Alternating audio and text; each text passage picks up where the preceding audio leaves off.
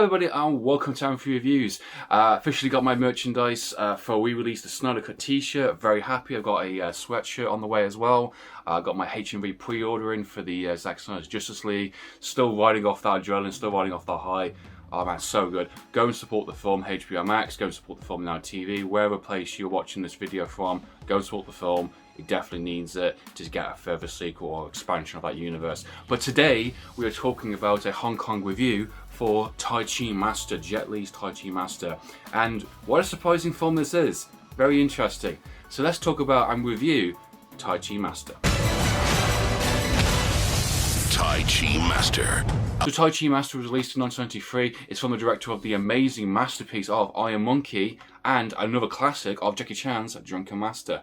Incredible. Tai-Chi Master definitely is a 90s Hong Kong cinema experience and kind of makes way for that kind of new kind of wave of Hong Kong movies, with the Once Upon a Time in China series being massively popular. I think this was actually filmed, after 2 or 3, I believe, with Jet Li also. Jet Li was filling in a massive gap with the absence of kind of Jackie Chan doing kind of police story and doing more American movies later on with Rush Hour. Sammo Hung doing more TV work, doing more behind the scenes with kind of helping with kind of, fight choreographed kind of stuff. And Jet Li was a natural kind of, frontline kind of star. He was filling in that gap with massive movies like Legend and later on doing Fearless and then Hero. Folk tale, kind of serious, grounded movies about actual grandmasters, actual people, and doing compelling, complex kind of storylines with, Once Upon a Time in China series focused on, the West kind of ideals taking over China and kind of tradition, and grandmasters being kind of left in the forgotten, because the whole idea of a lot of these movies that you build yourself up to be a certain kind of level, and then you go up an academy, you teach your people your skill set, and you earn money and you earn respect and you earn your legacy. But if that's no longer the case, where someone can just shoot you in 2 seconds, then what's the point of it all, kind of thing? And those kind of movies really dive into that. And you get more kind of the more fun ones later on, kind of thing, with obviously Iron Monkey was more about kind of, stealing from the rich and giving back to the poor, but also being fun and being heavy wire work kind of movies, like Crouching Tiger, Hidden Dragon was just around the corner as well. So it definitely was a new wave of kind of Hong Kong movies. Even Drunken Master 2, Jackie Chan came back for and did a different type of kind of movie in that sense. Tai-Chi Master is definitely one of those kind of really fun, over-the-top 90s films. And this film is so 90s, it's so batshit and so kind of over-the-top and so crazy with that kind of fantasy kind of wire work and crazy kind of, fight scenes and stunts, and because it is complementing a lot of Jet Li's kind of ability to kind of be an on-screen presence. I wouldn't say he's the most charismatic or kind of most charming actor ever, but it is right what they say on the extras on this edition, and what I've seen with him kind of thing with the past couple of movies I've watched with, with Once Upon a Time in China series and kind of Fist of Legends and Unleashed as well. He has got a natural kind of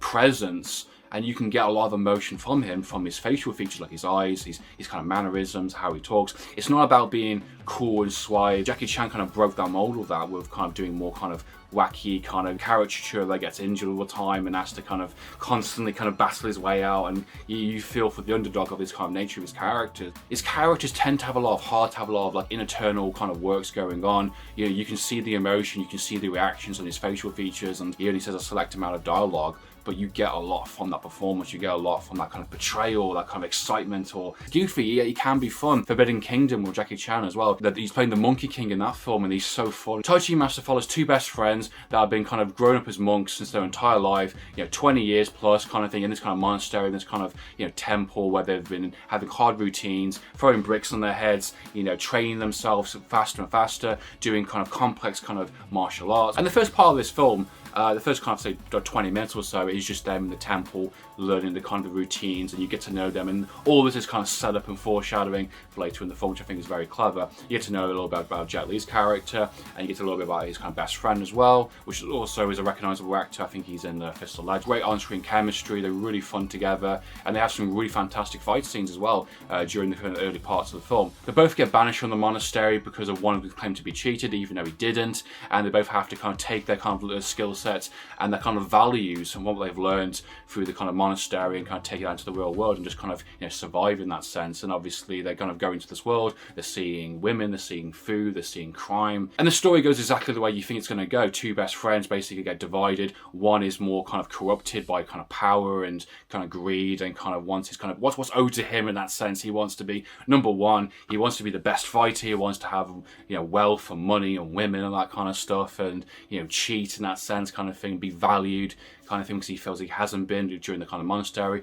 And Jet Li's character is the opposite. He's someone who wants to hold the values of what he's learned during the monastery and kind of being the monks and kind of, you know, master kind of that chi kind of, you know, ultimate goal in that sense from what they've kind of been set out to do. Try and find your inner peace, your inner kind of, you know, personality, your inner person, you know, without being corrupted by the kind of the outside world. And of course, as the film actually goes, Jet Li's character has to kind of find the kind of the teachings and the kind of the inner peace of kind of Tai-Chi, where he has to be one with Mother Nature and kind of harness that kind of power and be one with nature and the wind and that kind of stuff. And it's very kind of simple themes, very kind of John Woo kind of esque in terms of, you know, two best friends have to go against each other, and, you know, the film kind of goes from that point onwards in that sense. And it has a few other kind of side plots here and there, with Michelle Yeoh being kind of like a widower kind of thing. She's trying to find a husband, but only to be also the husband being corrupted by power and kind of wealth kind of stuff, and she has to kind of find her purpose in the film. And very young performance from her. I think this is during the time she did Police Story 3,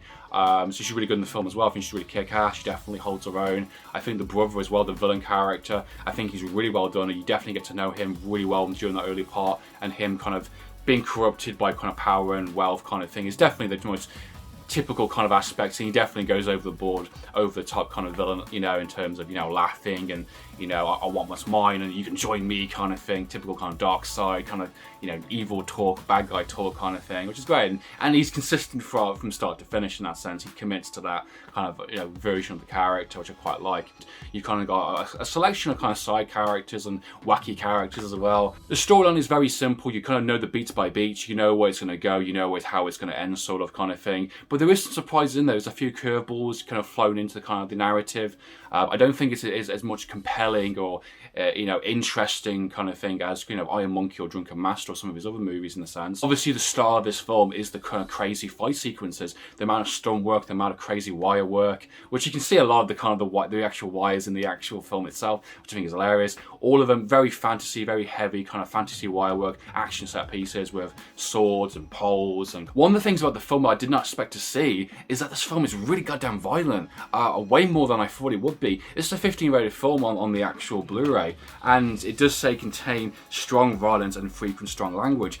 And my god, they weren't kidding, because there's people being, you know, stabbed kind of thing, characters being killed off surprisingly out of nowhere, lots of blood splatter, arm snaps kind of stuff. There's so much kind of surprisingly nasty violence in the film that I wasn't expecting, and there's a little bit of that in Iron Monkey in some places, which I'm surprised they got away with for a 12. But this one definitely turns the volume up a little bit, which is great, because it's a natural fun surprise when I'm seeing a really awesome fight scene and then someone, you know, nastily gets impaled. Tai-Chi Master offers a simple, compelling, and, you know, beat by beat kind of storyline that you know it's going to go, with two brothers going separate ways and have to kind of face each other. Fantastic, amazing, fantasy level kind of wire work with surprisingly violent aspects to it as well. A couple of twists and turns with character deaths and kind of, you know, side kind of content, which is an interesting kind of way it takes on to.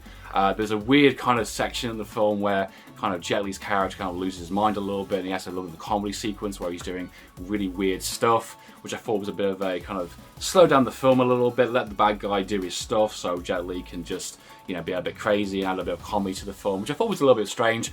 Some of the kind of the pacing and some of the kind of choice moments to kind of add comedy or add kind of violent moments, which is always a bit surprising kind of tonally wise, but it makes for such an interesting film as well. It definitely keeps you on your toes. Not the most kind of compelling in terms of narrative or theme wise, but just a fun, you know, Hong Kong movie that delivers what it sets out to do. I can't fault it for that, I really can't. That's been my review for Tai-Chi Master. Hope you enjoy watching this review. Have you seen it? What did you think of the film? Please comment down below. Would you recommend any other Jet Li movies? I'm kind of getting through some of the others at the moment, because he's got quite extensive kind of 90s kind of catalogue of movies. That's been my review. Hope you enjoy watching this video. Until next time guys, down for reviews.